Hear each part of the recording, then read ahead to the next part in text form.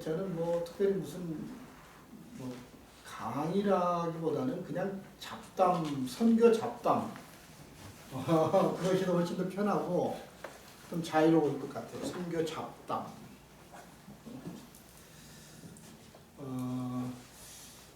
요즘에 제가 고민하고 있는 것 중에 하나는 앞으로 선교는 어떻게 될 건가.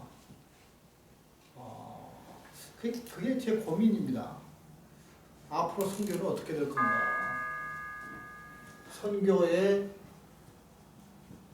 미래, 선교의 미래는 어떻게 될 건가. 상당히 많은 사람들이 이런 얘기를 하는데, 교회의 미래는 어떻게 될 건가라고 하는 얘기하는 사람은 좀 있는 것 같은데, 선교의 미래는 어떻게 될 건가는 이렇게 잘 썩 내키지 않는 메뉴인지. 그래서 저는 오늘 간단하게 앞으로 우리 선교는 우리가 예측을 한 예견된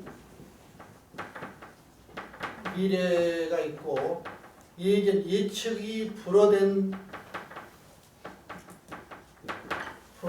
미래가 있을 것 같다 그렇게 생각을 합니다. 예견된 미래는 뭐고 예견할 수 없는 미래는 뭘까? 아직 잘 모르겠는데 예를 들어서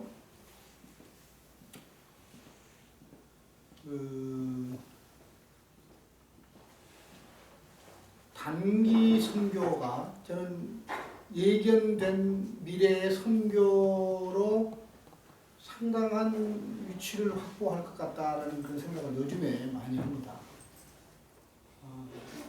저는 이제 단기 선교를 한국 선교 안에 도입과 소개를 한 어떻게 보면 장본인이라고 할 수 있을 정도로 단기 선교를 중요하게 여겼는지 안 여겼는지 그것까지는 제가 얘기를 할 수는 없겠지만 그것이 흐름이 될 것이다. 선교의 흐름이 될 것이다.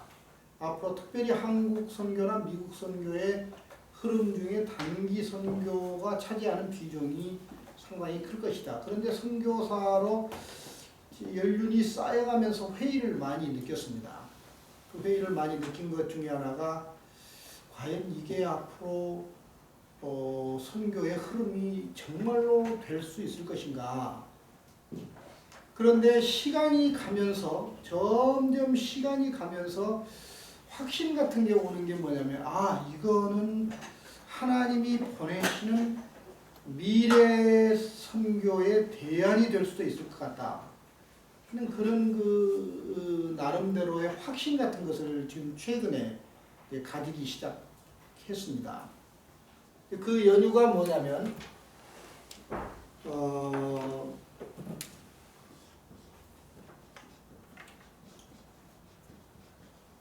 그 연유가 뭐냐면 안디옥 교회를 공부하다가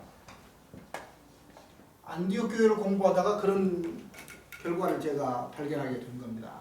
뭐 공부라고 하죠. 그냥 좀 성경을 읽다가 거창하게 연구라고 할 것 같지는 않고. 여러분 그 안디옥 교회를 잘 살펴보면 참 재밌는 선교적 프린시플들이 그 안에 감춰져 있는 것 같습니다. 그 다음에 일단 안디옥 교회로 돌아오겠습니다만 예측 불허가 되는 선교의 미래가 뭘까? 이거는 같이 풀어가야 할 숙제인 것 같아요. 있기는 있는 것 같은데 예측 불허. 그러니까 동의되지 않는 미래 선교에 대한 그게 뭘까? 저는 여기서 제 나름대로 고집스럽게 요즘에 고민하는 것 중에 하나가 뭐냐면 선교사 재구입, 재정비, 재교육 이것이 앞으로 상당히 그 논란 중심에 설 것 같다. 저는 그렇게 두 가지를 요즘에 압축으로 해서 선교에 대한 얘기들을 많이 합니다. 제가 지금 지난주에 라오스에 선교하고 있는 우리 한인 선교사들이 every 2 or 3 years에 2년, 매 2년인가 3년마다 함께 모여서 리트릿을 해요. 그 리트릿을 하는데 거기에 이제 그 발제를 요청을 해서 거기를 갔는데 재밌는 그 리트릿에 가서 제가 강의를 하고 왔습니다. 사람들은 한 60유닛, 한 115명 정도가 모였는데 상당히 많이 모인 거거든요. 거기에 한 160유닛이 있는 160명 정도가 있는데 120명이면 성과가 굉장히 좋은 건데. 근데 이 라오스라는 그 나라의 성격은 지구상에 몇 안 되는 아주 닫혀진 나라. 굉장히 제한구역이요. 보안과 제한구역인데 거기는 예수라는 이름을 공개적으로 할 수가 없고 외국인이 예수를 전할 수도 없고 공예배에 참석할 수도 없고 그래서 선교사 비자는 아예 나올 생각도 없고 선교사라고 하면 추방을 시키는 그런 나라인데 거기에서 한 20여 년 동안 선교하는 사람들이 꽤 되더라고요. 그런 사람들이 주축이 돼가지고 끌고 나가는데 재밌는 그 선교 회의를 제가 했습니다. 제가 35년 동안 선교 회의를 여기저기 쫓아다니고 배우기도 하고 가서 말씀도 나누고 하는 그런 경험들이 많이 있었는데 이번에 혹시 이것이 새로운 선교 회의의 풍속도가 될 수도 있을 것 같다는 그런 그 유혹을 제가 받고 왔습니다. 그 특색이 뭐냐면 첫째는 주제가 난잡하지 않아요. 주제가 난잡하지 않고 그들이 내건 주제가 뭐냐면 응답하라 사도행전. 그게 3일 동안 초점이에요. 그거 하나만 가지고 얘기하는 거예요. 근데 이제 두 번째 특색이 뭐냐면 리트릿에 오기 전에는 사도행전을 1장에서부터 28장까지 독파를 하고 와야 돼요.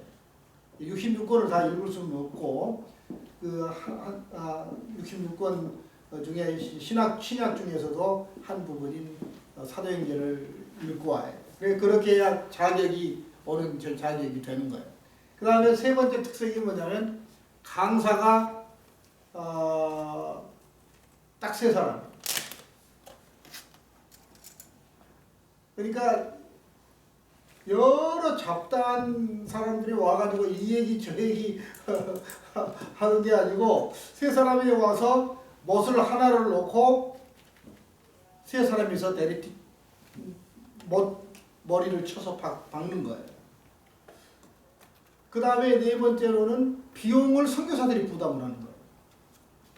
하루에 15불이면 되는 거니까 한 사람이 삼시세 때 먹고 3일을 하면 45불, 그 엑스트라에서 5불, 그러니까 50불을 1인당 내고 오는 거예요. 그것도 여기 손 벌려서 저기 하는 게 아니고 진짜 해요. 그런데 조금 아마 비용이 필요했는지 북경 21세기 교회를 담임하고 있는 그 박태윤 목사가 이번에 와서 강사로 같이 일을 했는데 그 양반이 돈을 조금 됐는지는 모르겠지만 요즘처럼 우리 선교대회 그 거대한 자금을 가지고 하는 선교대회는 아니더라는 거죠. 그 다음에 또 한 가지 다섯 번째 특색은 뭐냐면 규모가 작다 보니까 굉장히 인티머시가 일어나고 있는 게 친밀감이 일어나는 거예요. 그러니까 다시 말해서 모이는 사람들 속에서 일어나는 다이나믹이 반딩이 아주 제가 보니까 상당히 다이나믹하더라고요. 그 다음에 여섯 번째 특색은 뭐냐면 너무 몰라요. 너무 몰라. 모른다는 말은 선교의 기본기가 너무 약해요. 거의가. 그게 한국 선교의 현주소라는 거죠. 그러니까 건방지게 선교의 현주소, 기본기가 너무 약하다고 그렇게 단정적으로 얘기를 하는 것은 신뢰가 되는 줄 알지만은 제가 느끼기에는 제가 그 피드백을 들어보니까 세상에 이런 부분이 소홀히 되어 있는 한국 선교 현실을 필드에서 다시 목격할 수가 있어가지고 저로서는 그 예측 불허가 된 한국 선교의 미래를 무엇으로 이렇게 풀어줄 것인가 하는 고민을 하기 시작한 거야. 나는 그 고민이 다시 교육을 시켜야 되겠구나. 내가 보면 이게 한국 선교뿐만 아니라 서구 선교도 키가 될 것이다. 근데 제가 지금 왜 여기 오늘 있게 됐냐면 내일 저녁, 모레 저녁부터 콜로라도 그 스프링스에 있는 그 이스트 파크에서 거기 YMCA 큰 빌딩이 있는 것 같아요. 그 호텔에서 International Congress on Language Learning ICLL이라는 게 있어요. Every 2 years 거예요 아마. 매 2년마다 세계에서 선교사들을 필드에서 교육을 시키고 있는 전문가들이 모여서 회의를 하는 회의가 있어요. 제가 1회 때부터 참석을 해서 제 생각에는 이번에 가면 3번째인가 4번째쯤 되는데 거기를 가기 위해서 지금 거금을 들여가지고 여기까지 왔는데 지금 오늘 지금 연락이 오기를 그 덴버 콜로라도 쪽에 눈이 20cm 눈이 온다고 그랬죠? 20cm? 10인치 10인치 눈이 와가지고 내일부터 플라이트들이 전부 캔슬이 되어버립니다. 그래가지고 제 아메리칸 에어라인스에서 연락이 와가지고 그 비행기가 못 뜨니까 갈 수가 없다. 다른 옵션을 찾아보자. 다른 옵션이 없어요. 월요일 날 겨우 뚫린다면 자리가 있을지 모르겠지만 그때 가는 거 보자. 근데 이 사람들이 이번에 9회째예요. 9회째. 20년이 됐구나. 9회째인데 제가 그 회의를 참석하면서 놀란 거는 한국 선교는 우리끼리 하는 얘기지만 좀 프리미티브한 것 같아요. 특별히 선교사를 훈련하는 부분이 너무 엉성한 것 같아요. 그러니까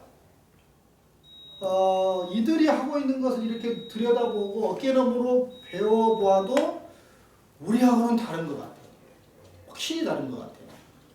이 안에는 흐름이 있어요. 선교를 읽는 흐름이 있고 선교를 아는 사람들이 하는 흐름들이 있고 여기에 위탁된 10년, 15년, 20년, 심지어는 30년, 40년, 드와이트 그레딘 같은 사람은 40년, 50년 이 일만 하는 사람 같은 사람도 있거든요. 이런 걸 보면서 존경이 가고 평생을 이 선교사를 훈련하는 일에 바친 전문가를 만들어내고 있는 서구, 미국 선교에 고마움이 들어가더라는 거죠. 근데 이제 한국 선교를 이렇게 보면서 우리는 많은 것을 얘기를 했지만 그 중에 몇 개라도 현실화 시켜보는 것이 너무 약한 것이 우리가 아닌가. 그런 그 고민을 가지고 있어요. 근데 제가 이번에 그 인터넷에 도로 있는 글 중에 여러분들 보셨을 겁니다만은 폴 워시라고 하는 분이 이런 얘기를 했어요. 오늘날 교회의 가장 큰 약점은 선교 전략 자체가 성경이 아닌 세상의 각종 이론과 지식을 통한 방법론에서 비롯되고 있다는 것이다. 요즘 교회의 선교 준비 과정이나 전략 등을 주의 깊게 살펴보면 대부분 실용주의에 물들어 버리고 말았다. 저는 상당히 동의합니다. 근데 이 얘기를 제가 발리 무슨 선교사 그 전략회의에서도 얘기를 했고 그 앞에도 글을 한두 개 썼기는 했는데 저도 가만히 들여다보니까 우리 한국 선교가 이 지금 그 흔들리는 그 근저에는 기본기가 제대로 놓여 있지 않은 것 같아요. 그 기본기가 비블리컬 디알러지, 성경적 신학이 확실하게 기초를 가지고 있는 게 아니고 방법론이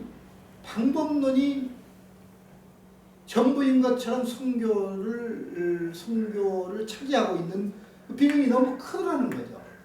그러니까 언제부턴가 제가 그거를 보면서 제 자신을 돌아보면서 제가 그랬던 사람이니까 성경으로 돌아가자. Back to the basic이라는 말을 쓰기 시작을 했죠. 한국 성교가 살아날 길은 Back to the basic으로 가야 될 것이다. 그러니까 Back to the basic으로 안 가고 그것을 무질러 버리고 여타의 여러 가지 이렇게 하면 될 것이다, 저렇게 하면 될 것이다 라고 하는 것들을 끌어다가 도입을 해보는데 해보지도 않은 것을 해보려고 하니까 안 되는 것, 되는 것, 엉망진창이 돼버리고 만 것이 한국 성교가 아닌가. 한국 성교가 위기라고 하는 것은 제가 아주 가는 데마다 하는 얘기인데 듣기가 싫을 정도로 기분이 나쁠 정도로 제가 얘기를 하고 있습니다. 그런데 그러면 어떻게 우리가 이걸 풀어갈 것인가? 저는 이 두 가지 것에서 예견된 미래와 예견이 될 수 되지 않은 미래를 풀어가는 길 중에 하나는 단기 선교 운동을 신학화하자. 선교 신학화하자. 그게 제가 요즘에 쓰는 얘기입니다. 그 다음에 선교사 재교육을 대안으로 다시 내놓자. 단기 선교라는 말은 너무 가벼워요. 그래서 저는 이 단기 선교라는 용어를 바꾸기를 원해요, 요즘에. 그게 뭐냐면, 제가 이제 최근에 쓰는 그 신조 익명의 선교사. 익명의 선교사. 그래서 익명의 선교사 운동이 일어나기를 기대하는 것이 제가 하나님이 보내는 파도를 지난 30여 년 동안 우리가 타면서 나온 결론이 혹시 이것이 아닐까. 그러니까 아직까지 제가 이거를 선교학계에 내놓고 뭐 검증을 받은 건 아니지만 이 얘기를 계속 할 거예요. 근데 이게 맞아 떨어질지도 모르고 아닐지도 모르는데 제 생각으로는 가능할 것 같다 하는 생각이 들어요. 그러려면은 교회를 두 개를 비교를 해야 되겠더라고. 하나는 예루살렘 교회고 하나는 안디옥 교회예요. 그러니까 그 말은 무슨 말이냐면 선교의 미래를 보는데 예견된 미래를 찾는 것을 어디로 가야 되냐면 성경으로 돌아가자는 거죠.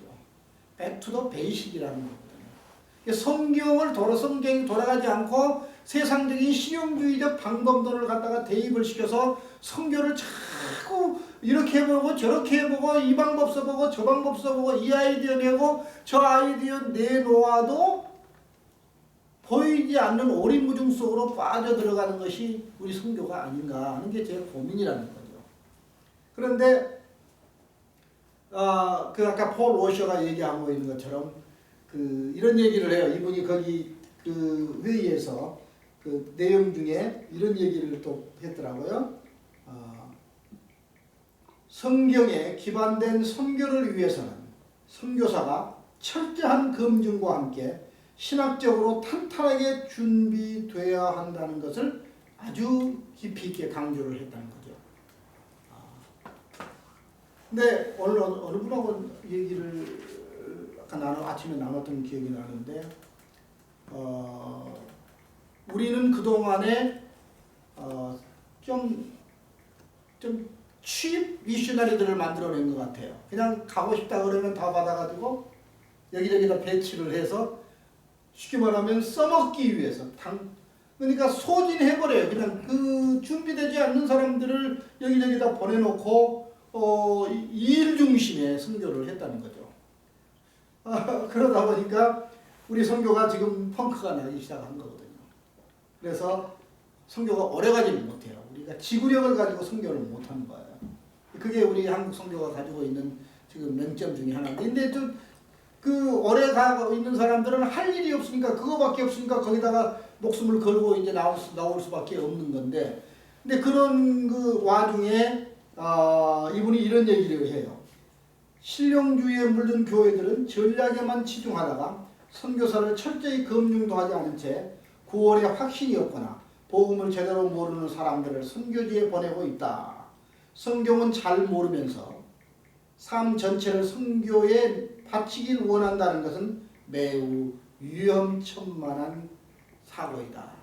그렇게 요구를 했어요, 지금까지. 근데 이 얘기는 폴 워셔가 한국 교회에 하는 얘기가 아니고 세계 교회에 하는 얘기고, 자기가 속한 IMB의 자기 선교사 출신이니까 이 사람 그 직접 거기다 대놓고 하는 얘기거든요. 워셔는 말하기를 선교라는 궁극적으로 진리를 전하는 큰 사명이기 때문에, 이 중요한 진리라는 말은 이제 복음이라는 말이겠죠. 때문에 반드시 성경과 복음을 정확히 알고 선교학적 이해뿐만 아니고 신학적 이해를, 성경적 이해를 확실하게 해야 된다는 거죠. 알고 그것을 바탕으로 철저히 준비된 사람이 필요하다면 대부분 환경적인 준비나 열정만 가지고 일생을 헌신하겠다는 심정으로 선교를 나가는데, 분명히 알아야 할 것은 선교지는 당신의 희생을 필요로 하는 게 아니라, 이 말이 중요하더라고, 본질적으로 진리를 필요로 하는 것이다. 우리 선교사들이 가서 희생을 많이 하는데, 희생을 했는데 진리가 떨어지지 않아서 거기에 자리를 잡지 못한다면 우리 선교는 어떤 선교였는가, 그 반성을 할 수밖에 없는 시점에 와 있다는 것이죠. 근데 하나님이 이 폴 워셔 얘기는 여기서 제가 그만 접고요. 하나님께서 예루살렘 교회를 세우신 목적은 그의 아들 예수 그리스도의 지상 명령을 수행하는 도구가 필요한 거죠. 어중이 떠중이인 11명 플러스 나중에 한 사람 선택해서 12명의 제자를 만들었는데, 그 제자를 담을 그릇이 교회였다고 저는 보는 거죠. 그런데 12명뿐만 아니라 플러스 100여 명의 사람이 합쳐져서 최초의 교회를 만드는 게 예루살렘 교회라는 거죠. 하나님이 멀리 가기 위해서 오게 하는 그릇이, 오게 하는 그 무리들을 담을 그릇이 교회였다는 거죠. 그래서 저는 교회를 정의하기를 이 지상에 현현하신 그리스도의 모습, 그것을 저는 교회로 정의를 합니다. 그래서 우리가 이 사과 전체 맛을 보지 않아도 한 조각만 맛을 봐도 사과 맛을 알 수 있듯이, 교회를 이루고 있는 한 사람을 만나면 교회 전체를 맛을 볼 수 있어야 된다는 거죠. 근데 오늘 교회가 그렇게 못하는 이유가 뭐냐면, 교회는 가시적인 교회로 전락하고 말았기 때문에 그런 거죠. 그런데 교회를 만드신 그리스도의 궁극적인 그 인텐션은 보내기 위해서 교회가 필요했던 거죠. 근데 교회는 궁극적으로 가기 위해서 모이는 거거든요. 그런데 그러지 않고 교회는 그 다이나믹을 가야 하는 교회의 목적을 상실해버린 것 같아요. 그것이 예루살렘 교회였죠. 그래서 저는 예루살렘 교회를 5가지 특징을 제가 찾아봤어요. 첫째는 예루살렘 교회는 제자들이 주도적 역할을 한 것 같아요. 사도들의 주도적 역할이 예루살렘 교회였어요. 나중에 평신도들 몇 사람이 거기에 동원되어 있지만 이름은 나타나지 않고 유일하게 이름이 나타난 건 예수의 어머니 마리아라는 이름이 나타나요. 그러니까 그럼에도 불구하고 예루살렘 교회의 주를 이루고 있는 프라이머리 게더러들, 그러니까 주된 모임을 주도한 사람들은 사도들이었다는 거죠. 이 특색이에요. 근데 반대로 안디옥 교회는 어떤 교회였는가? 그것이 굉장히 관심이 가더라고. 안디옥 교회는 어떤 교회였는가? 여러분 안디옥 교회는 어떤 사람들이 주도를 했어요?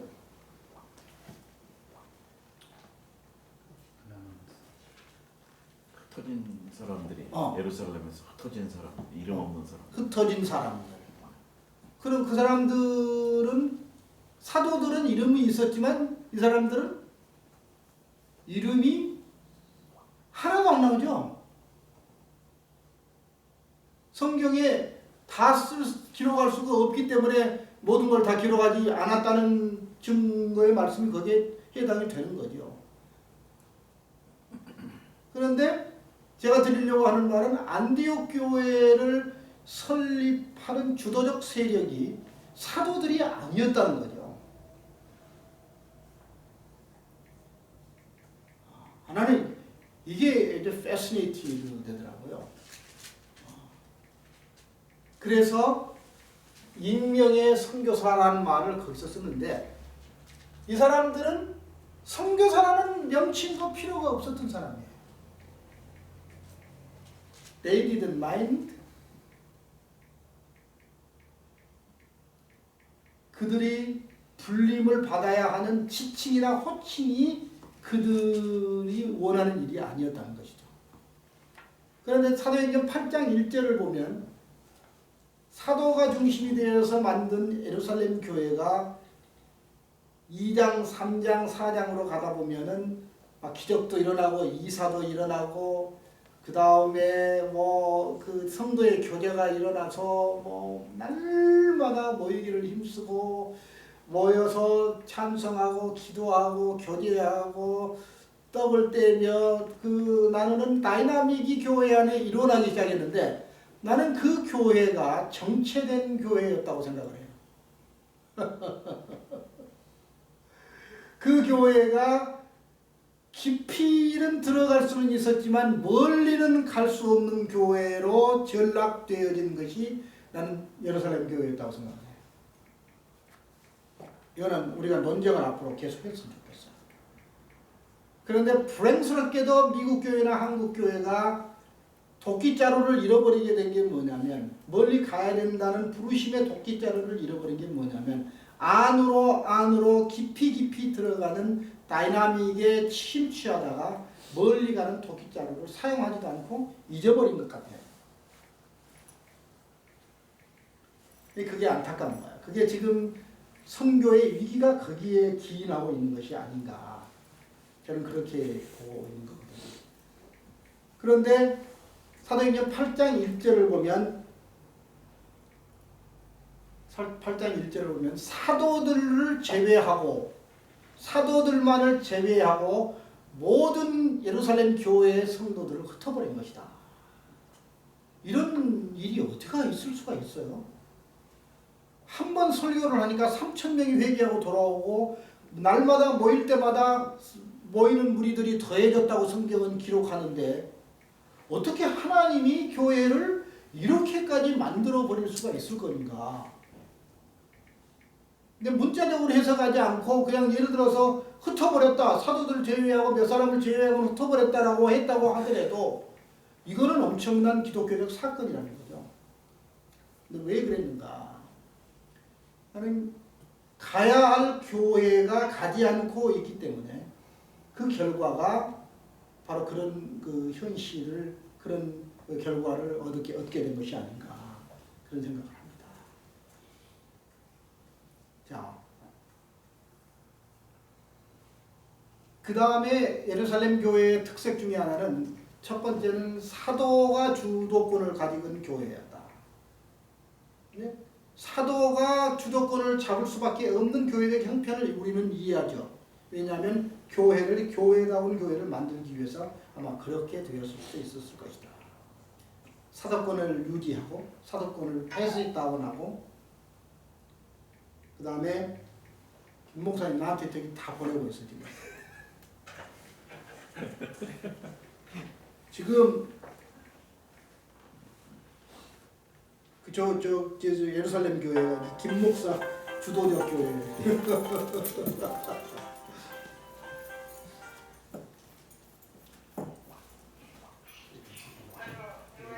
그 다음에 그 예루살렘 교회는 두 번째 특색이 뭐였냐면 성령의 파워를 엄청나게 의지하는 교회였다. 성령의 파워. 그러니까 성령의 파워가 우선일 정도로 그런 그 교회적 형태가 예루살렘 교회였다. 손을 얹으면 병자들이 나와버리고 그 다음에 또 보냈어. 끝입니다. 무슨 포토를 보냈는데 나한테 보내는 거 아니잖아. 우리 열방 네트워크에. 열방 네트워크에. 네, 지금 296명이 있는 우리 선교사 네트워크에. 그거 내 사진 찍어서 좀 보낸 거야? 예. 오 마이 갓. 라오스가 아닙니다.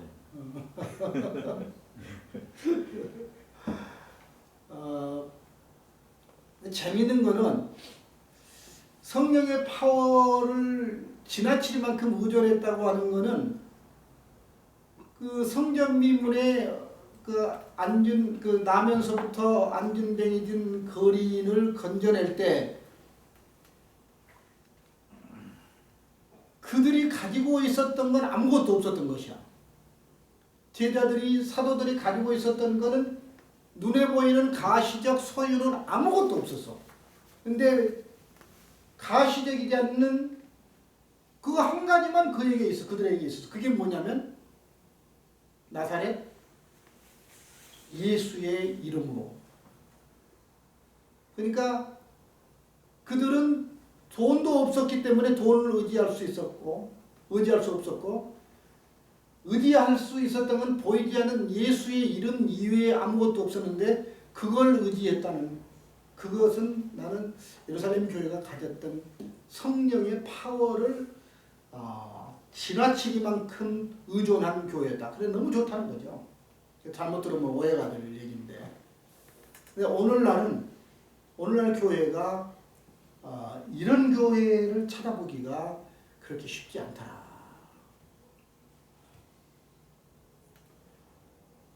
그 다음에 세 번째 특색은 예루살렘 교회의 핵심 가치는 복음적 메시지였어요. 포기할 수 없는 복음이었어요. 그러니까 실용주의적인 교회 성장론이나 교회 성장학을 도입한 게 아니고 말씀이 최우선이었어요. 그래서 교회는 말씀으로 든든하게 서갔다고 성경은 기록을 하고 있어요. 제가 늘 하는 얘기지만 110수년 전에 한국 선교를 시작하신 미국 선교사님들이 오셔서 25년, 50년 주기로 선교사 대회를 했습니다. 그러니까 우리처럼 선교사 모임이 많았어요, 그때. 그러니까 이 초기는 그랬던 것 같아요. 좀 책을 좀 읽어보니까 1920년대까지 한국뿐만 아니고 이 국제 선교 대회가 되게 많았어요. 그러니까 막 어떨 때는 2년, 3년 그때 교통이 얼마나 불편하고 힘들었겠어요. 그런데도 불구하고 그 선교 대회 하는데 그것만을 전문으로 하는 사람들이 있었어요. 예를 들어서 에딘버러 대회가 1910년? 1910년 에딘버러 대회를 준비하기 위해서 10년 동안 상설기구를 만들어서 준비를 했어요. 먹고 자고 하는 일이 그거였어요. 나는 그걸 보면서 이호담인데 우리가 하고 있는 선교대회는 이거는 정말 비교하면 아무것도 아니라는 거죠. 그렇게 선교대회가 많았었어요. 그런데 내가 그 얘기를 하려고 한 게 아니고 선교대회는 중요해요. 왜냐하면 불을 받을 수가 있고 그 다음에 받은 불을 스프레드 아웃 시킬 수 있고 선교적 공통 분모를 같이 공유할 수가 있고 하나님의 흐름을 캐치해서 그거를 현장으로 가지고 갈 수가 있고 아주 중요한 이슈들이 너무 많이 선교대회 안에 있어요. 그런데 이 장로교 선교사님들이 그 25년, 50년 주기로 매 25년마다 선교대회를 크게 했던 것 같아요. 그때 전체가 다 모였으니까. 한때는 장로교, 갈라지지 않았던 장로교 선교사들만 1000명이 넘었어요. 한국 그때 1920년대 미만 그때 20년 그 어간에 20년 30년 1000명이면 지금 10,000명, 15,000명, 20,000명 숫자하고도 버금갈 수 있을 정도 대단한 숫자였거든요. 근데 그들이 모여서 공동 선언문을 만들어냈어요. 근데 거기 보면 이런 얘기가 나와요. 우리는 보수 신학을 고수하며, 보수 신학이란 말은 영어로 그냥 conservative theology라고 말을 하지만은 그 말은 복음적 신학이라는 말이겠죠. 복음적 신학을 사수하며 하나님의 말씀의 정확무성을 믿고 그것을 선교의 기반으로 한다는 선언이 있어요. 그들에게. 근데 이런 부분들을 왜 우리 선교사들에게는 이런 얘기들이 잘 안 가고 있는 건지. 근데 안디옥 교회는 예루살렘 교회는 바로 그런 교회였다는 것이죠. 그다음에 네 번째 특색은 예루살렘 교회는 스스로 쓰는 교회였어요. self-sustained 교회였어요. 시작부터 과정 끝까지 교회를 운영하기 위해서 밖으로부터 foreign aid를 받은 사실이 없어요. except one. 예루살렘 지역이 기근으로 피폐해졌을 때 안디옥 교회가 헌금을 모아서 바울과 바나바 편에 헌금을 보낸 사건은 있어요. 그거는 일시적인 상황이었었죠. 근데 그 얘기는 거기에다가 제가 많은 시간 할애하지 않겠습니다만은 하나님이 세우신 최초의 기독교회인 예루살렘 교회는 철저할 만큼 스스로가 교회를 꾸려나가는, 교회를 움직이는, 자전하고 자립하고 자치하는 교회였다는 것이죠. 그게 특색이에요. 그 다음에 다섯 번째 특색이 뭐냐면 성장하는 교회였는데 거기다가 저는 이제 특색이라고 할 수 있는 건 성장이 독이 될 수도 있고 득이 될 수도 있다. 제 질문이 그거예요. 독이냐 득이냐. 교회 성장이 독이 되느냐 득이 되느냐. 그런데 어떻게 생각하십니까 여러분들? 성장의 개념을 이제 다르게 보면 독이 될 수 있고 득이 될 수 있겠죠. 오케이. 그래서 유기적 교회라 하면은 이 몸이 자연적으로 자라듯이 그런 자연적인 하나님 주신 은총으로서의 성장이면 그건 득이겠고 인위적인 방법으로 실용주의 방법으로 채택해서 만약 어떤 결과를 이제 얻어진다는 건 독이 되겠죠. 그렇죠. 지금 이게 뭐 간단하게 얘기할 건 아니라는 거죠. 교회가 그 선교적 본질을 회복하지 못한 상태에서 성장, 외형적, 규모적 성장만 한다면 독이고 작아도 본질을 잃지 않았으면 성장이 안 돼도 득이다. 교회의 본질이 뭐죠? 선교죠. 그래서 선교적 교회라는 말을 이번에 글을 하나 조그맣게 써서 내셨죠. 그냥 제가 읽으면서 아주 제대로 이해를 하고 계시는 것 같아요. 그러니까 예루살렘 교회는 내가 보기에는 대표적 선교적 교회였죠. 가기 위해서 모이는 교회였거든요. 간단 말은 사람 몇 사람 보낸단 말이 아니었고 저는 선교적 교회의 이해를 교회가 가는 걸로 말하는 거예요. 교회가 가는 거. 그러니까 크고 작은 그 수량, 개수의 개념이 아니라 교회, 모이는 무리들이 가는 거예요. 가서 그리스도의 일을 하는 거예요. 그러니까 이게 지금 주춤거리게 만든 게 뭐냐면 교회 안에 프로그램이 너무 많다 보니까 그 프로그램을 유지 발전하기 위해서 밖으로 내보내는 밖으로 가야 하는 에너지를 이렇게 줄여들게 되는 것이 비대해져서 교회는 숫자적으로 양적으로 성장을 했지만 정작 하나님의 눈으로 봐서는 이건 아닌데 라고 볼 수도 있지 않을 것이냐 하는 게 제가 갖는 생각이라는 거죠. 근데 그 다이나믹이 선교적 다이나믹이 쇠퇴해 가버린 결과가 사도행전 8장에서 그 스데반의 일로 흩어진 유대인들을 만들어내는 것이 아니었느냐. 그래서 저는 성장이 독이 될 수도 있고 해가 될 수 있다는 두 가지 생각을 그래서 가지게 된 거라는 거죠. 그러나 성장이 좋다 나쁘다 하는 얘기는 여기서 지금 얘기를 하려고 하는 게 아니고, 저는 교회가 콜링을 잃어버리면 위기가 온다. 그 말은 선교사가 콜링을 잃어버리면 위기가 온다는 거죠. 선교적 위기는 선교사의 콜링에 기인하고 있다. 나는 선교사가 콜링을 끝까지 유지할 수 있다면 선교는 어떠한 챌린지가 오더라도 계속이 되어갈 것이다. 오히려 더 꽃이 피게 될 것이다. 그런데 오늘날 그 선교사들이 콜링이 제가 제일 질문하는 내용 중에 하나입니다.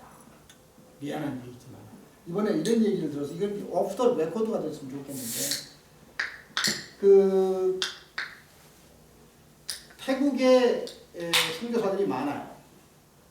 근데 이번에 그 라오스 형제들이 모이는 모임 장소가 라오스에서 모이는 게 아니었어요. 왜냐하면 라오스에서는 이런 기독교 행사를 기독교적 회의를 할 수가 없어요. 그러니까 라오스 비엔티안에서 가장 가깝게 있는 태국의 제3의 도시인 우돈탄이라고 하는 그 장소에 호텔을 빌려가지고 모였는데, 거기에서 일하고 있는 제가 아는 후배 선교사님하고 얘기를 하는 동안에 제가 이런 질문을 했어요. 지금 태국에 선교사들이 상당히 많이 와 있는데 저기 우돈탄에 선교사님들이, 한국 선교사님들이 얼마 정도 됩니까? 물어보니까는 자기 기억으로는 10사람이 미만 됩니다. 왜 그러냐고 그랬더니 여기는 국제학교가 없습니다. 두 번째는 더 재밌는 얘기 하나 할까요? 이 사람 말을 내가 100% 액면 그대로 받아들이는 거 아닌데, 그래서 내가 질문을 했어요. 아니 국제학교가 없다고 해서 선교사가 안 온다는 거는 그건 당신 생각이 아니냐. 또 한 가지 재밌는 얘기를 할까요? 이 우돈타니에는 한국으로부터 다이렉트 플라이트가 없습니다. 그래서 내가 또 웃으면서 에이 그게 그 당신 개인적인 생각이지 그 정도로 유치하게 선교사들을 보느냐고. 근데 그 비교를 하더라고. 선교사들이 모이는 데를 몇 군데 이렇게 지정을 하는데, 치앙마이는 이제 그 들으면 선교사들이 기분 나빠할지도 몰라요. That's fine. 괜찮아요. 왜냐면 내가 선교사 몰매 맞고 다니는 사람이거든요, 요즘에. 치앙마이 같은 데는 선교사가 밀려나는 거예요. 치앙마이는 기후도 좋고 국제학교도 괜찮은 게 있고 다이렉트 플라이트도 있고, 그래서 다이렉트 플라이트가 있는 게 뭐가 그렇게 유익이 되느냐 그랬더니 한국 사람을 많이 만날 수 있기 때문에 그렇다. 선교사가, 내 질문은 그거죠. 선교사가 한국 사람 만나기 위해서 필드에 가는 건 아닌데, 이게 우리 한국 선교의 현주소라고 한 부분 일단면을 가지고 얘기를 한다면 이거는 정말 원시적이고 한숨스러운 거라는 거죠.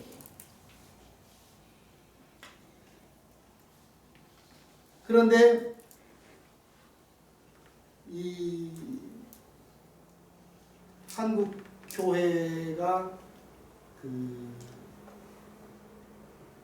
한국 선교사로 얘기합시다. 한국 선교사들이 콜링의 점검이 필요한 것 같아요. 콜링만 확실하면 생명을 걸고 해야 할 일을 하고 가야 할 길을 가는 건데, 콜링이 확실하지 않기 때문에 흔들리더라는 것이죠. 근데 이거를 해결해 줄 수 있는 방법이 예측 불허니까 앞으로 그렇게 되면 그것이 나는 선교사 재교육으로 돌파를 해 나갔으면 좋겠다 하는 게 제 개인적인 생각이에요.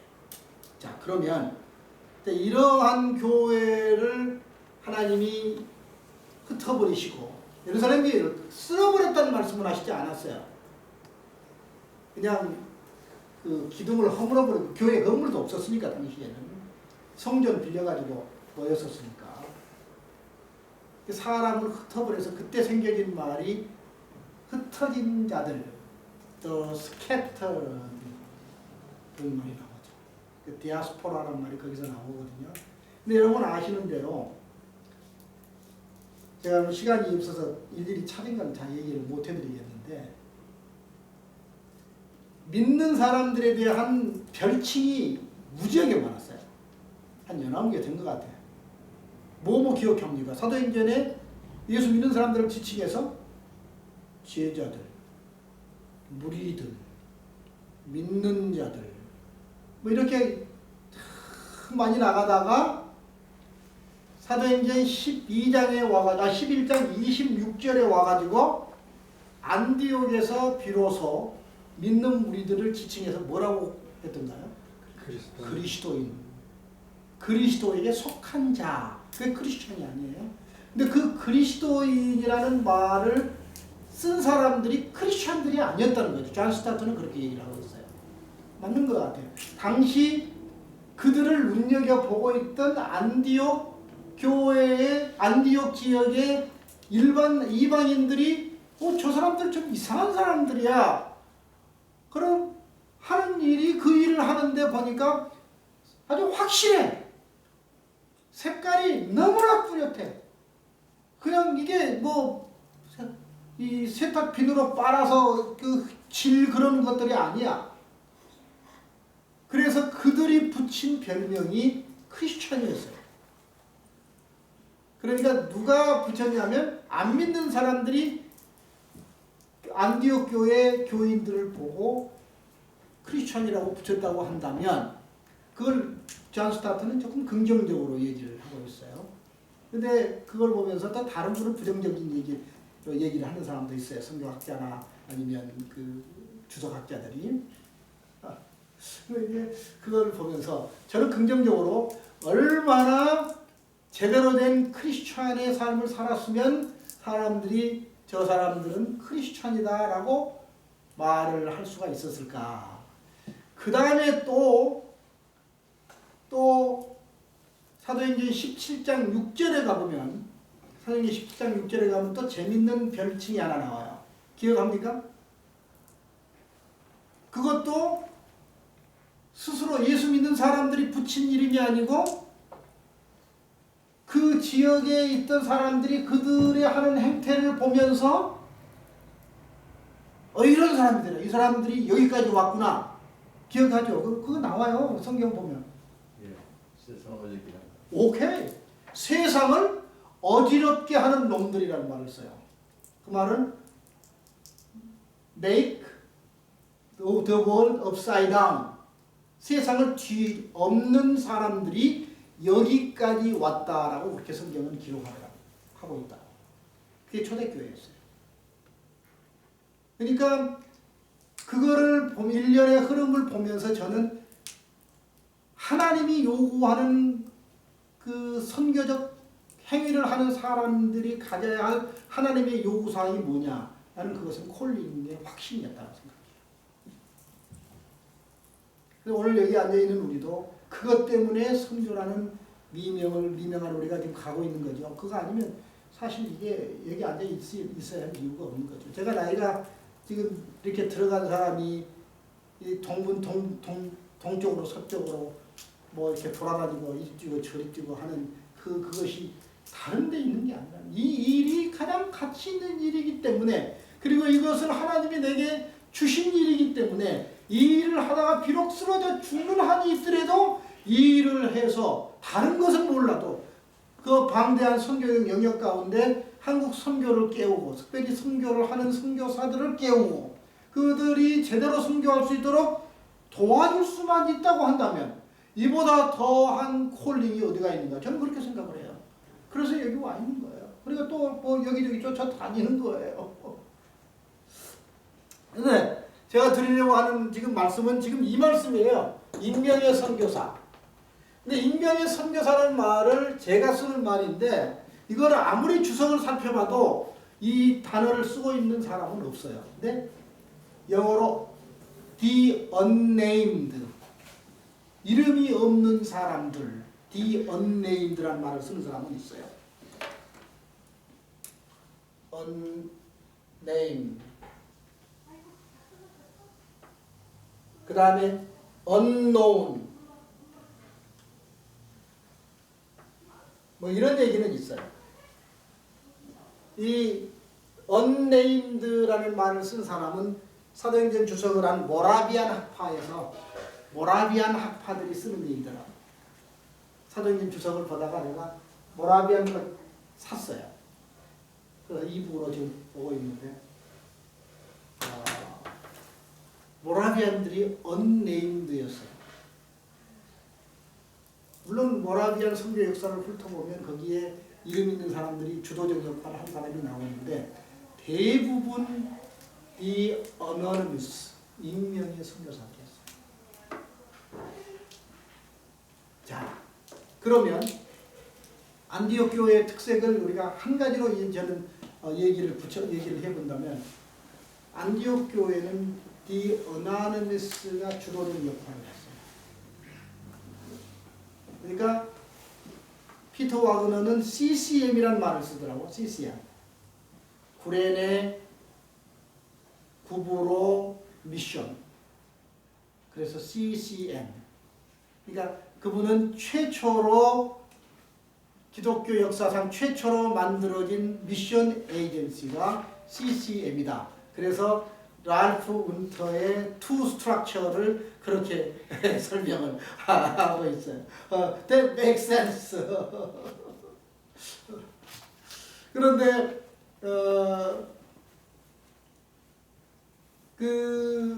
이 흩어진 익명의 선교사들이 안디옥을 들어가기 전에 어떤 일을 했느냐면 가는 데마다 교회를 일궜어요. 이게 기가 막힌 일이에요.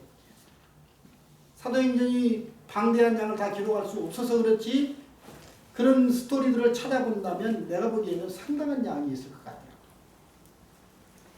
근데 가는 데마다 만든 게 다른 게 만든 학교를 지은 것도 아니었고 병원을 만든 것도 아니었고 교회를 만든 거예요. 교회를 세웠다는 거죠. 왜 그랬을까? 계속해서 가야 할 도구가 필요했기 때문에 교회가 남아있어야 되는 거죠. 그런데 그 교회를 일군 이들은 무명의 사람들의 특색을 한번 살펴보면 신학교육을 받았는지 안 받았는지 저는 잘 모르겠어요. 선교사 임명을 받았는지 안 받았는지 잘 모르겠어요. 본국교회로부터 예루살렘 교회로부터 일정한 기간 동안 선교비를 가는 데마다 공급을 받았는지 안 받았는지 잘 모르겠어요. 그런 기록은 성경에 나오질 않아요. 근데 그들이 가는 데마다 복음의 떡 조각이 남아있는 교회의 흔적들이 있다는 거죠. 그들은 우리가 여기서 유추해 볼 거는 그들은 자기 손으로 돈 벌어서 가족 부양하고 생활하면서 부업으로 복음을 전한 게 아니고 본업으로 복음을 전한 거야. 복음을 전하기 위해서 생활이 필요했던 것이지 생활과 복음을 분리시키는 이분법적 세계관을 가지지 않았다는 거죠. 다시 말해서 저는 그렇게 유추를 하고 그렇게 한번 질문을 해보는 거야. 예루살렘 교회가 가는 교회로서의 정체성을 잃어버릴 때 교회가 깊이 들어가다 보니까 이분법적으로 흘러가 버리지 않았을까. 그래서 교회에 들어오면 경건하고 교회 밖으로 나가면 시크릿한 세상에 나가면 불경스러운 이분법적이 그때 헬라 사상이 들어오지 않았을까. 그런 생각도 유추를 해보는 거예요. 그렇게 해서 교회가 세상과 이분법으로 딱 선을 두 개를 갈라놓고 하다 보니까 선교적 그 교회로서의 그 역할을 감당하기가 버거웠지 않았었을까.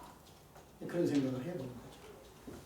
자, 그 CCM, 그 사람들이 익명의 선교사들인데 이들은 삶 자체가 복음을 전하는 그것이었어요. 구분이 되지를 않았다는 것이죠.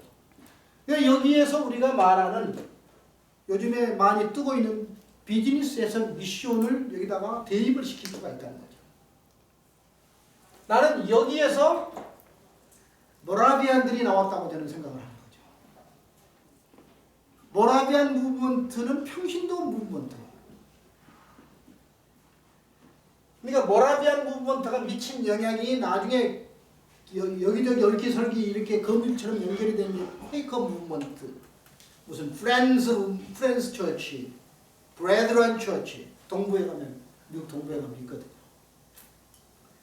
그런 맥락들을 연구를 해볼 필요가 있다고 하는 것이죠.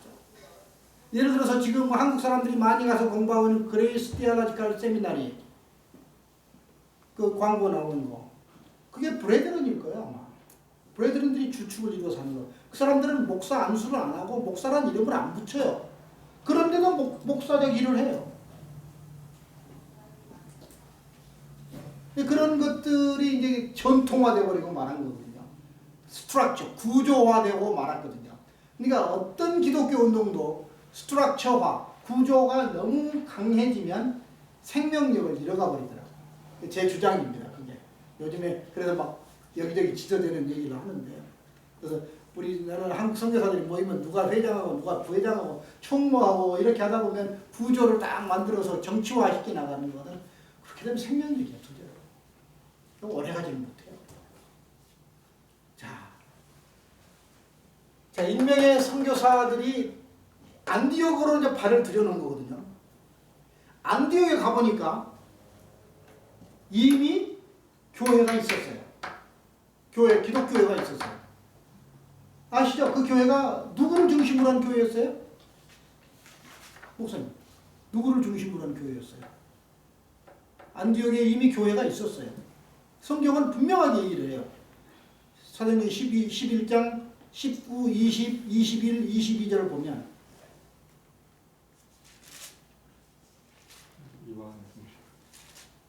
예! 두 개의 교회, 이미 유대인을 중심으로 한 교회가 있었어요, 거기에. 그래서 처음에 갔던 흩어진 자들은 CCM이 아니라고 피터 와그너는 얘기해요. 그냥 흩어져 간 사람들인데, 그런데 안디옥 교회가 당시에 규모가 엄청 컸대요. 안디옥 도시가 인구가 50만이었대요. 그러니까 지금으로 말하면 500만이 될까 1000만이 될까 그런 거 아니겠어요? 그때 당시에 50만이니까. 근데 그 50만 중에 유대인은 2만 5천 명밖에 없었대요. 그러니까 2만 5천 명을 상대로 한 교회가 이미 있었어요. 다시 말해서 한인들이 모인 곳에 한국 사람들이 가서 교회를 하는 것과 똑같은 그 모습을 사도행전에서 보고 있는 거예요. 우리는 지금.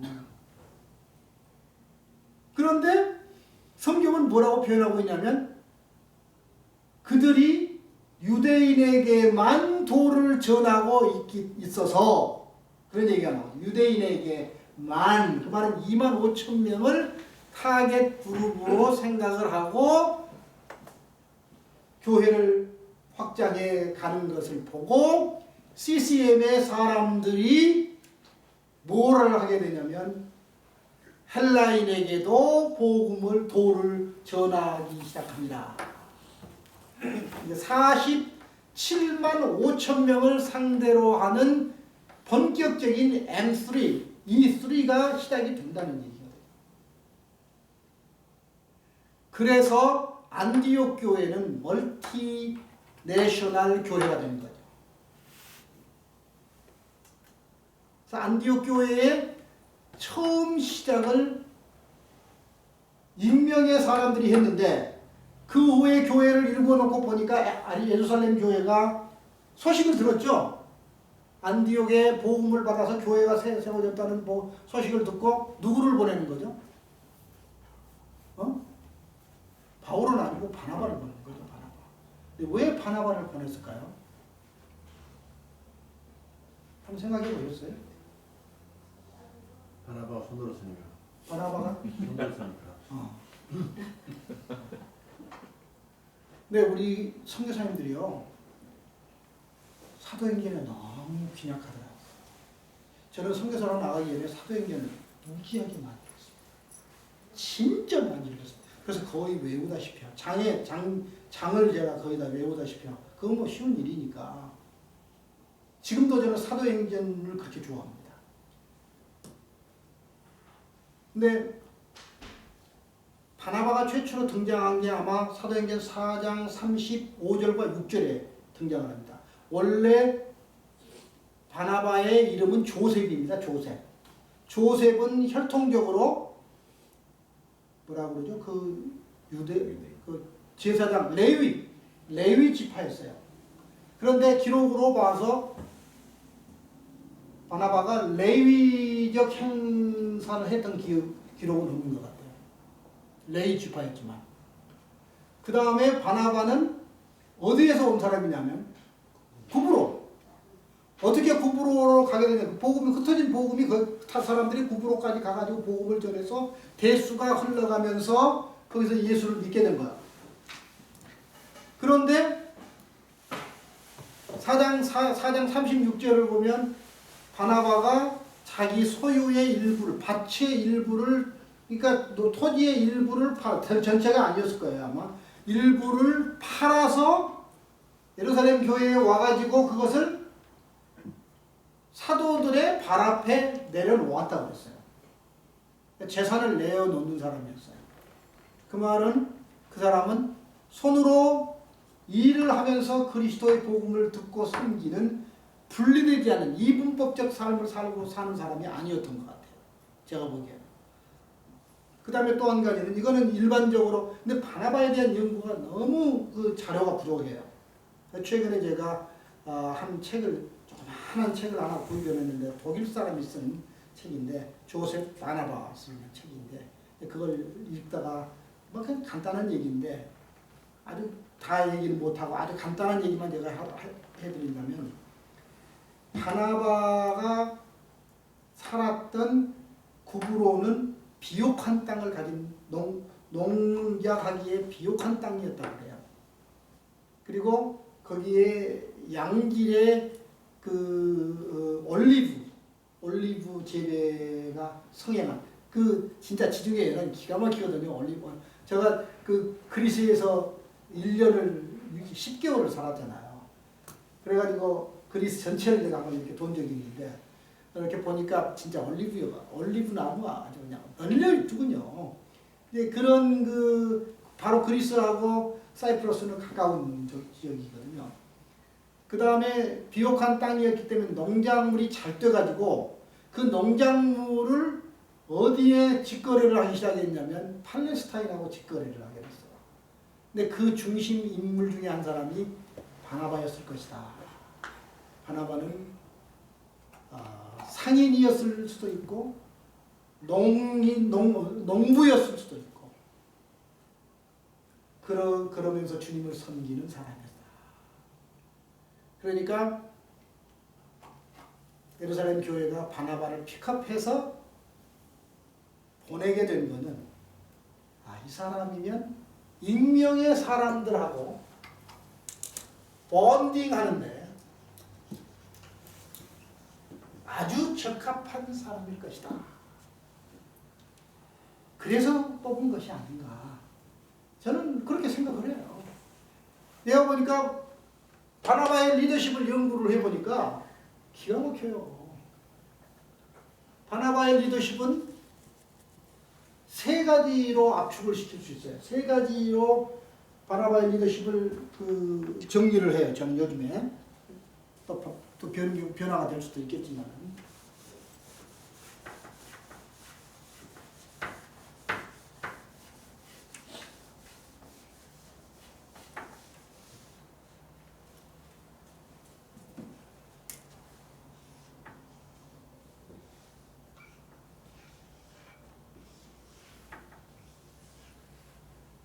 첫째는 바나바는 상황을 잘 읽고 대처하는 상황적 리더십을 가졌던 것 같아요.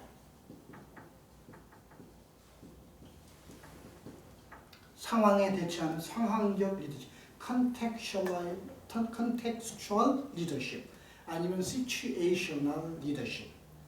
그러니까 일방적으로 리더십을 구사한 게 아니고 사람에 따라서 환경에 따라서 상황에 따라서 리더십을 구사하는 그런 리더십을 가진 사람이 아니었을까. 왜냐하면 많은 사람을 상대로 하면서 그랬을 것 같다 하는 거죠. 여기다가 내가 시간 많이 사용하지 않겠어요. 그럼 두 번째로는 촉매적 리더십을 가졌던 것 같아요. 촉매적, 그 뭐는 facilitating leadership. 요즘에 리더십의 새로운 용어로 나오는 게 촉매적입니다. 이제 멘토라는 말이 사라지고 촉매라는 말로 바꿔져 가고 있습니다. facilitator. facilitator의 특색은 모든 해답을 자기가 가지고 있지 않고 해답을 도출해내는 기술을 가진 사람이에요. 사람들 속에 있는 잠재 능력을 흔들어서 프로모트로 해서 꺼내가지고 그것을 쏟아내서 합의를 이루게 해서 같이 함께 나가게 만드는 그런 놀라운 리더십을 가지고 있기 때문에 이 사람은 사람들에게 위협감을 주는 사람은 아니에요. 근데 알기는 많이 알 거예요. 전문 분야도 있을 수도 있을 거예요. 그 예를 들어서 촉매적이라는 말은 자기 중심이 아니고 남을 항상 앞세우는 거니까 바울이 다소에 묻혀서 10년을 썩고 있을 때 바울을 찾아가는 건 바울을 찾아오면 자기의 시대가 끝날 거라는 걸 왜 몰랐겠어요? 나는 알았다고 생각을 해요. 그럼에도 불구하고 그를 찾아가서 그를 건져가지고 와서 같이 일을 했어요. 1년간 안디옥에서 모여서 같이 있었어요. 이렇게 프로모트하고 그 다음에 facilitating 하는 리더십. 자기의 존재, 위치에 대해서 죽은 사람이에요. 저 사람을 키워놓으면 저놈이 나를 받을 것이다 라고 하는, 그러니까 싹을 잘라야 한다 라고 하는 그런 그 리더십이 아니고 저 사람을 키워서 저놈이 나를 밟고 성공할 수 있도록 해주자. 나는 그런 퍼실리테이터가 아니었을까. 바울을 보면서 내가 그런 생각을 하는 거예요. 내게는 그런 리더십이 있겠는가 해보려고 노력을 하는 거죠. 아주 그런 이 시대에 필요한 게 지금 우리에게 그런 시대인데, 난 이거를 조금 같이 쓰는 말로 멘토라는 말하고도 같이 씁니다. 멘토. 근데 촉매적 리더십, 퍼실리테이터 리더십이라는 책이 요즘에 꽤 나오고 있습니다. 꽤. 미국이 요즘에 이런 방향으로 지금 선회를 하고 있는 것 같습니다. 책들을 좀 사서 읽어보고, 한국에는 책이 있기는 있는데 별로 도움이 안 되더라고요. 제가 좀 한국 책이 한 대여섯 권을 사서 읽어봤어요. 근데 뭐가 뭔지 그런 그 촉매적 리더십을 구사해보고 쓴 책이 아니고 그냥 남의 걸 베끼어 놓은 그런 책들인 것 같아요. 그 다음에 바나바에게는 세 번째 기가 막힌 이론이지만 모든 사람들이 아는 성육신적 리더십이에요. 성육신적. 여러분, 성육신적 사역이라는 말을 씁니다. Incarnational Ministry, Incarnational Missionary 쓰죠. 근데 Incarnational Leadership이라는 말을 생소한 단어입니다. 이게 리더가 인카네이션을 하라는 거거든요. 그래서 저는 제 이제 결론으로 제 논문이 이거를 했지만은 저는 시간이 가면 갈수록 그 논문을 내가 참 잘 썼다. 쓰기를 잘했다. 내용이 잘 썼다는 얘기가 아니고 그걸 하기를 잘했다. 그것을 해서 내가 오늘날 이렇게 그 도움을 받을 수 있구나. 그런 생각을 하게 된 거예요. 제 논문의 내용이 그거거든요. 근데 저는 그 인카네이셔널 리더십이라는 말을 쓰고 있는 책이 딱 한 권 있어요. 영어로 된 거. 지금까지 찾아본 것 중에. 또 요 근래에 나왔는지 모르지만 아마존 들어가시는 분 있을 겁니다. 근데 그 대학교 총장 하신 분이 그거를 크리스천인데 쓰신 건데, 그것도 그렇게 썩 크게 그 도움은 받지는 못했지만은 그 신조를 쓰고 계시는 분이 계시구나. 나도 그걸 쓰고 있는 거예요. 인카네이셔널 리더십. 저는 인카네이션을 하늘과 땅이 만나는 사건을 인카네이션이라고 저는 생각합니다. 그러니까 리더가 팔로워하고 만나는 그 점을 저는 인카네이션이라고 생각합니다. 근데 그게 그렇게 힘들어요. 리더는 이미 갑의 위치에 있는 사람이고 팔로워는 을의 위치에 있는 사람이라는 것이죠. 그 제가 아는 그 형제 중에 하나 김병윤이라고 하는 형제가 있는데 김병윤이라는 형제하고 제가 친해요. 늘 만나면 성교적 디베이팅을 많이 하는데 한 100개 나라를 여행을 한 사람이에요. 이 친구는 5불짜리 10불짜리 숙소에 들어가서 자고 먹고 하면서 대단한 사람이에요. 여러 사람이 나한테 그런 얘기를 하더라. 목사님이 인카네이션을 연구하신 걸 알고 있는데 저는 한국 선교사들을 가는 데마다 만나기는 만나는데 좀 갈등을 합니다. 그래서 왜 그럽니까? 그랬더니 가기는 가는데 거기까지 가는데 거기까지란 말은 현장이라는 얘기입니다. 거기까지는 가는데 한 발자국이나 한 발자국만 들어가면 되는데 그들 속으로 들어가지는 못하고 있는 것 같습니다. 그게 한국 선교사다. 단정적으로 얘기를 하기는 힘들지만 대부분이 그런다는 거죠.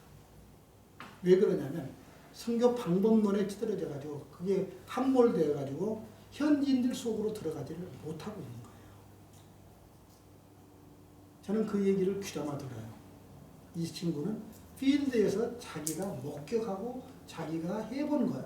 이 사람은 필리핀에서 신학교 교수를 하면서 방학이 되면 애들을 훈련해가지고 여기 동남아에서 온 그 다국적 아이들을 팀을 데리고 여러 나가라 인도에 그 있는 나갈랜드를 거점으로 해가지고 군대를 다녀요.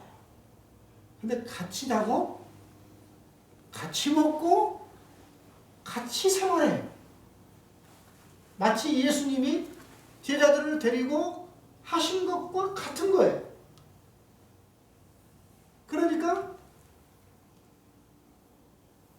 그 사람이 뭐를 한 건 없지만 같이 있는 그걸로 같이 간 사람을 위닝해서 사람을 끌고 다니는 거예요. 이게 우리 참 약해요. 근데 바나바는 그랬던 사람이에요. 종국의 바나바는 사도행전 14장 4절에 보면 사도 반열에 들어가죠. 사도로 일컬음을 받게 되는 겁니다. 제 결론인데요.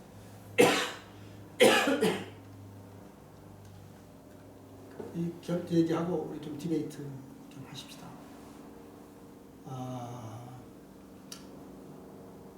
요한복음 12장 24절을 보면 하늘의 미랄이 떨어져 거기까지 성경이 기록 끝나질 않았거든요. 그 다음에 뭐라고 나오죠? 떨어져 썩지 않으면 죽지 않으면 열매를 맺을 수가 없다. 우리 선교가 열매가 빈약한 거는 떨어지기까지는 한단 말이죠. 거기까지는 가기는 가는데 그들 속에 들어가서 죽지는 않고 있다는 거거든요. 나는 안디옥 교회가 폭발이 일어나게 된 동기는 바로 바나바가 가졌던 이런 그 3요소의 이 리더십, 그것이 사람들을 코헤시브하게 응집력을 만들어서 선교를 끌고 나가면서 기독교 오늘 우리에게 선교라는 유산을 물려준 것이 아닌가. 더 재밌는 거는 The Anonymous만 가지고는 선교가 되어줄 수가 없다는 거죠. 우리는 또 훈련받은 바나바와 같은 전문가가 필요했기 때문에 예루살렘 교회가 보낸 거라는 겁니다. 그러니까 둘 다 중요하지 어느 것 하나가 더 중요하고 덜 중요하지 않다고 성경은 말하고 있지는 않다는 겁니다. 근데 우리 한국 교회는 지나치게 사도 중심의 선교고 또 어떤 단체는 지나치게 비사도적인 그러니까 이 평신도 중심의 선교고 이 두 가지가 함께 가야 되지 않겠는가. 근데 이걸 하기 위해서 우리가 해야 할 게 뭘까? 나는 선교를 리쉐입을 했으면 좋겠어요. 선교를 리쉐입. 다시 형태를 좀 바꿔나갔으면 좋겠어요. 그것이 나는 재교육을 통해서 가능할 수 있을 것 같다. 근데 이런 얘기를 하지만은 정작 재교육 얘기를 하려고 드니까 할 수가 없는 거예요. 첫째는 사람들이 그게 뭔지를 잘 모르고 무서워해요. 안 가본 길을 듣고 있기 때문에 안 되는 거예요.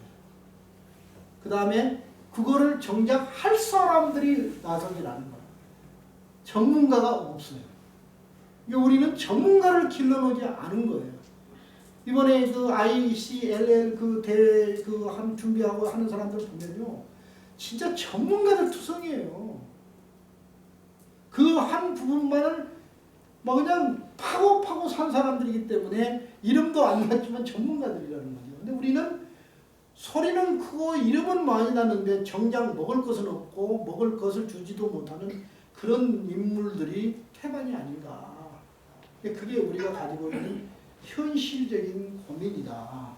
저는 그렇게 생각을 합니다. 그러므로 이건 우리가 돌파를, 브레이크스루를 해야 될 거예요.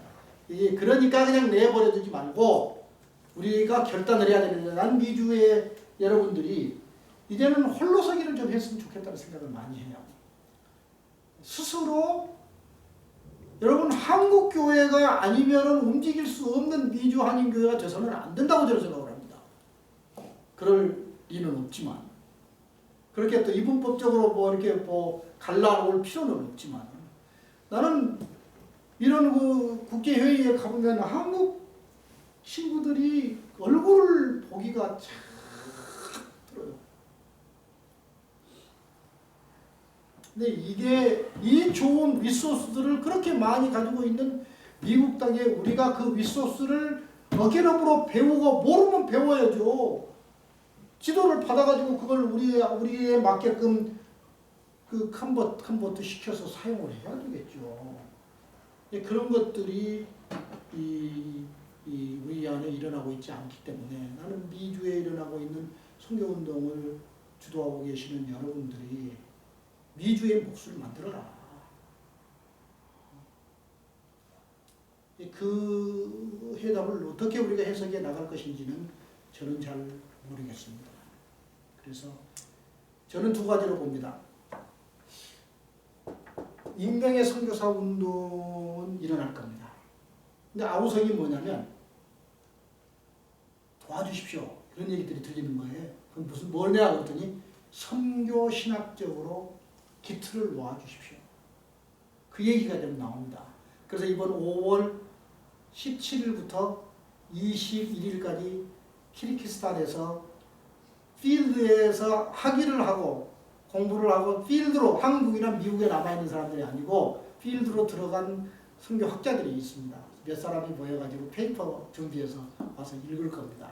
키르기스탄에서 4박 5일 동안에. 그래가지고 그게 이제 미미하지만은 이번에는 어떻게 그 익명의 선교사 운동을 체계화시킬 건가 아마 그런 것들이 디베이트가 상당히 심도 있게 되었으면 좋겠다는 그런 생각을 가지고 있습니다. 근데 이런 것들을 필드에서 좀 해보려고 생각해요. 저는 미안한 얘기지만 이거 제가 아주 선교학자들이 한국의 선교학자들이 저를 아주 싫어해요. 제가 이런 얘기 막 대놓고 하니까 더 이상 기대할 게 없는 것 같아요. 미안한 얘기지만 그럼 우리가 살기 위해서 우리가 개발하는 것은 당연하지 않겠는가. 같이 하면 참 좋겠어요. 그래서 그런 그 일들을 좀 해보려고 하고 있고, 그 다음에 또 한 가지는 금년 7월에 한국의 최초로 뱀스쿨이 진행이 됩니다. 뱀스쿨이. 그거를 5주 동안 합니다. 뱀스쿨을. 학비가 100만 원입니다. 한 사람한테. 근데 지금 우리가 25명 제한인데 어렵지 않은 것 같습니다. 교수가 38명인가 선정이 돼서 지금 준비를 하고 있습니다.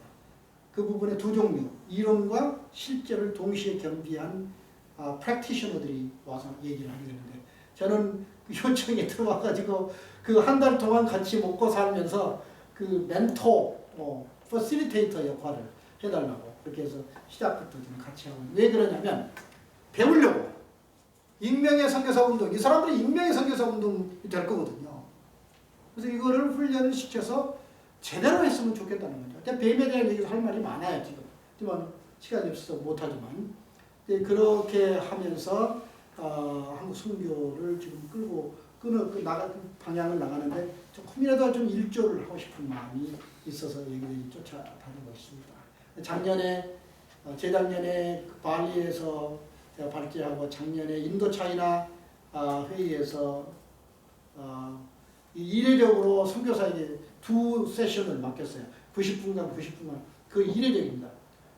거기 돈 많이 낸 사람이 가서 발제를 하는데 저한테 발제를 맡겨가지고 그게 어떻게 사건이 돼가지고 이번에 그 라오스도 가고 이번 10월에 또 비에트남에서 인도차이나 대회하는데 또 2 세션 맡아달라고 연락이 왔더라고. 그래서 혹시 이게 마지막이 될지도 모르지만 저는 개의치 않아요.